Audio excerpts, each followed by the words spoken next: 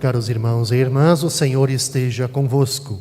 Ele está no meio de nós. Proclamação do Evangelho de Jesus Cristo, narrado segundo João. Glória a vós, Senhor. Celebrava-se em Jerusalém a festa da dedicação do templo. Era inverno. Jesus passeava pelo templo no pórtico de Salomão. Os judeus rodeavam-no e disseram: até quando nos deixarás em dúvida? Se tu és o Messias, dize-nos abertamente. Jesus respondeu: já vô-lo disse, mas vós não acreditais. As obras que eu faço em nome do meu Pai dão testemunho de mim.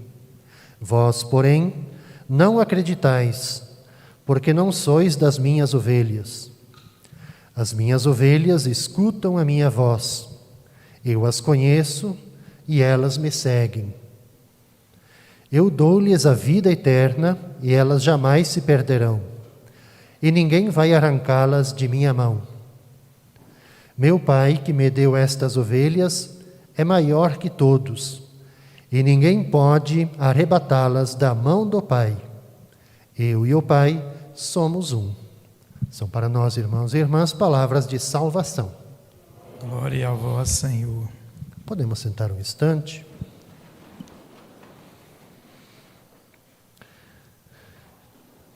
Caros irmãos e irmãs aqui presentes, irmãos e irmãs que nos acompanham pela Web TV aqui do Santuário, eu queria compartilhar com vocês dois pequenos pontos para a reflexão da gente, para nos ajudar nesse momento também de fortalecimento da nossa vida comunitária, de nossa espiritualidade, também pessoal, familiar. Nós estamos assim nesse tempo bonito pós-pascal, eu tenho repetido assim quase todas as celebrações, bonito e, por que não dizer, contagiante. Quando a gente lê os relatos, escuta os relatos, de modo especial dos Atos dos Apóstolos, a gente pode ficar imaginando as grandes dificuldades enfrentadas por aquele pequeno grupo, animados, dando testemunho, mas ao mesmo tempo sendo tão perseguidos. E mesmo sendo perseguidos, como se diz, não arredavam o pé de dar esse testemunho. Pelo contrário. O relato do trecho dos Atos dos Apóstolos, que nos é oferecido para a liturgia de hoje, mostra exatamente essa situação da morte de Estevão e pós-morte, o que aconteceu com os cristãos. A perseguição feita aos cristãos exatamente, e que levou, claro, à morte de Estevão, se por um lado a gente diz assim que essa perseguição provocou dispersão dos recém-convertidos ao cristianismo, os helenistas chamados, também a gente teria que dizer assim, essa dispersão, ao mesmo tempo de uma forma triste, foi providencial para a vida da igreja. Porque veja que os discípulos dispersos, o que eles se tornaram? Se tornaram missionários, se tornaram discípulos entre os pagãos. Podemos citar, seja Samaria, seja Fenícia, seja Chipre, seja no caso hoje aqui bem destacado, Antioquia. Enfim, quer dizer, de um lado, a perseguição, a dor, morte de pessoas. Por outro lado, essa perseguição e essa dispersão provocou essa grande expansão também dos cristãos e, claro, do cristianismo. O que eu quero chamar a atenção, que eu acho que é uma luz para a gente, que esses primeiros esses pioneiros da igreja, esses primeiros cristãos, de modo especial à luz da leitura de hoje de Antioquia, veja que nós não temos nomes, né? A não ser Barnabé. Mas a sua grande maioria foram cristãos missionários anônimos. E essa é o que eu queria chamar a atenção para nós, porque assim como aconteceu em tantas outras comunidades e igrejas em todos os tempos. Oxalá daqui 2 séculos, quando a igreja faz a sua reflexão pós-pascal, vão dizer assim, os cristãos anônimos do século XXI, que se foram missionários, que deram a vida, deram testemunho para que a fé cristã católica, ela se perpetuasse.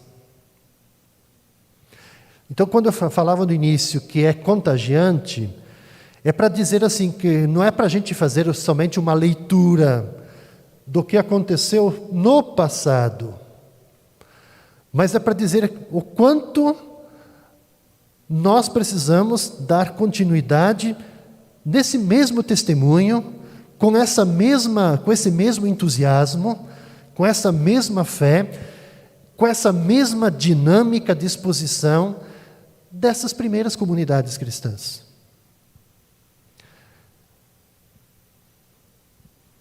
Se nós olharmos essas igrejas primeiras, elas são de fato monumentos a tantos missionários e missionárias desconhecidos, que mesmo não tendo, vamos dizer assim, uma missão oficial, uma igreja que ainda não estava organizada como nós temos hoje, paróquia, diocese, assim por diante, que não tinham, assim, uma condição, enfim, não tinham uma propaganda, mas que eles decidiram a assumir a condição de batizados e batizadas, e animados pelo Espírito Santo, levaram adiante o trabalho de evangelização. Então, o que eu queria chamar a atenção para nós, exatamente, quando a gente faz essas leituras de uma forma continuada dos Atos dos Apóstolos, não é só para a gente fazer recordação, memória do que aconteceu, mas é exatamente para cada um de nós, para as nossas famílias, para uma comunidade paroquial. É um exemplo, é um testemunho e, acima de tudo, tem que servir para nós de estímulo hoje. Estímulo. No sentido de a gente não se acomodar, de a gente dizer assim, isso é para os outros. Não, isso é para mim. A missão, o testemunho é para mim, como batizados e batizadas. E é interessante, se nós olharmos as duas leituras, a primeira e agora olhando o Evangelho de João, o contraste, né? Se de um lado nós vamos perceber que há essa abertura, como nós vamos perceber, né? Com a pregação de Saulo, de Barnabé, há abertura, há adesão, há muitas conversões. Então, se há abertura, nós vamos perceber exatamente o que no relato do Evangelho de João, o fechamento. Um fechamento forte por parte dos judeus. Não é à toa que o Evangelho ele começa dizendo, é uma linguagem muito simbólica, muito forte. Era inverno. O que é o inverno? O inverno quer mostrar exatamente o quê? No inverno a tendência é a gente se agasalhar, né? Mas o inverno significa o quê? Que não é o frio exterior, mas é o frio interior que está presente na vida das pessoas. Que não se permitem fazer a experiência dos discípulos de deixar aquecer o coração para acreditar.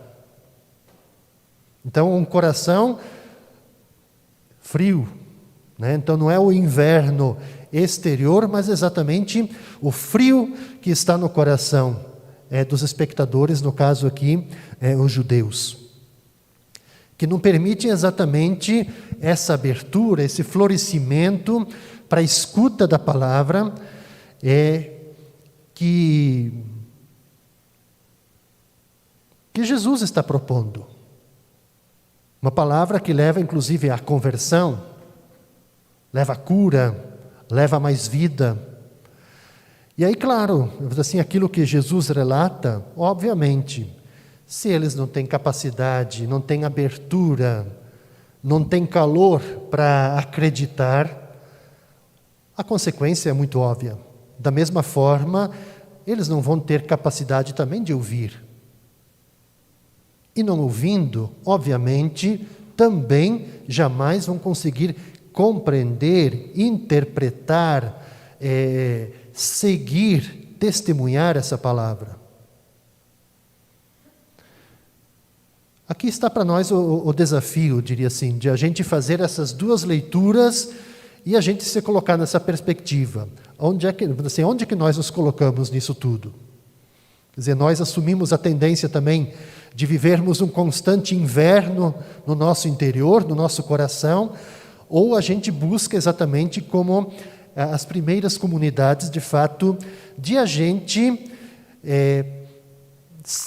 assumir essa condição nossa de batizados e batizadas, e a gente se deixar de fato tocar, iluminar pelo dinamismo, pela força do Espírito Santo e trabalharmos incansavelmente na evangelização. E aqui eu queria chamar a atenção, quando a gente fala assim, trabalhar incansavelmente na evangelização, às vezes a primeira coisa que vem à mente da gente, mas então para mim trabalhar na evangelização, eu tenho que vir aqui no santuário Santo Antônio e tenho que obrigatoriamente me oferecer para um serviço pastoral. Também é importante isso. Mas quando eu digo assumir o trabalho de evangelização, a primeira coisa, nós não vamos chegar aqui para, assim, nos voluntariar para um serviço, se eu também no meu dia a dia, nos meus trabalhos, nas minhas relações, no nível pessoal, no nível familiar, eu não der o testemunho. Então, quando a gente fala trabalhar na evangelização, como fizeram as primeiras comunidades, é isso, é em todos os níveis, é dar o testemunho de vida cristã, testemunho da fé cristã, testemunho do Evangelho, nos mais diversos ambientes onde nós estivermos. A gente não tem que dar testemunho somente aqui dentro, porque aqui dentro nós vamos dar testemunho só para nós mesmos.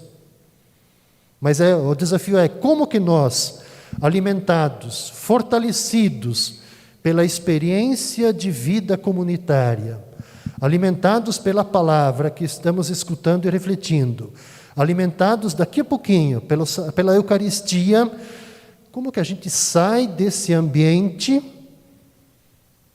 e a gente trabalha em prol da evangelização? Em casa, no trabalho, com os amigos, é isso. Quer dizer, o que vale de fato é a nossa postura, é os nossos gestos, as nossas atitudes, é isso que faz a diferença. É retomar aquele versículo dos Atos dos Apóstolos, que ouvimos há poucos dias, quando as pessoas olham, quando as pessoas olhavam para os discípulos, para os primeiros convertidos, diziam assim, olha como eles são diferentes. Tem uma coisa especial neles. Então aqui está para nós o desafio no mundo também. É as pessoas olharem para a gente e dizer assim, tem algo diferente, transpiram algo diferente. Nas suas posturas, nos seus gestos. Lembrando, talvez casando aqui com o que celebramos no domingo, o Domingo do Bom Pastor. Quer dizer, como que nós, num mundo de tanta indiferença, tanto individualismo, nós vamos assumir a atitude do bom pastor, a atitude do cuidado, da ternura.